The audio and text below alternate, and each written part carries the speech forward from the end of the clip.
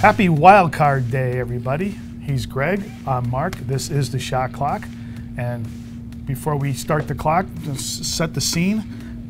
Baseball playoffs are only 1 day old, and already we've got some intrigue, right? A lot of it has to do with former Diamondbacks. First of all, we have Didi Gregorius, our old buddy, saving the Yankees basically last night when it looked like they weren't even going to get out of the first inning alive. Then we've got Trevor Bauer, who's going to start Game 1 for Cleveland, even though they've got a Cy Young Award candidate who's they're going to push back so he can pitch 2 games on full rest. That'd be Kluber.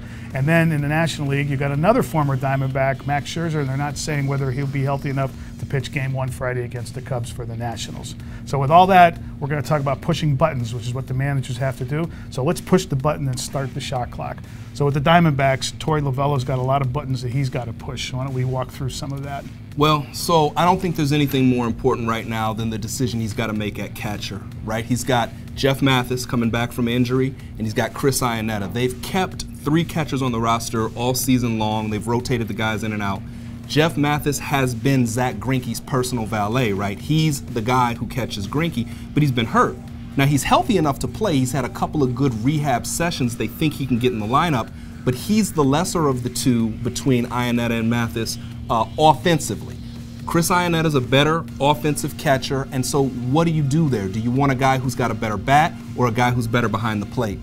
We get to the postseason, and managers all of a sudden become very important because it's lineups, it's gut versus analytics, and especially in an elimination situation like a 1-game playoff.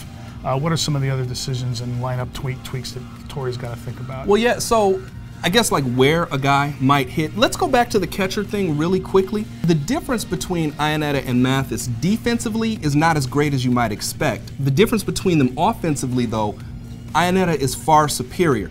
Now, the one area where I think it really matters, aside from making sure that Greinke is comfortable and then Mathis would have the edge there, is runners on base. Mathis throws out about half of the runners that try to steal on him.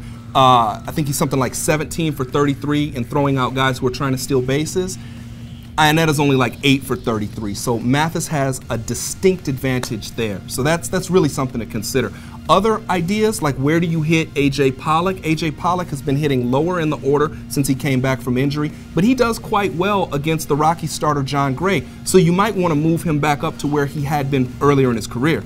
So this shot clock is about as long as last night's Yankees-Twins game, and we're going to cut it off right here. See you next time on the Shot Clock.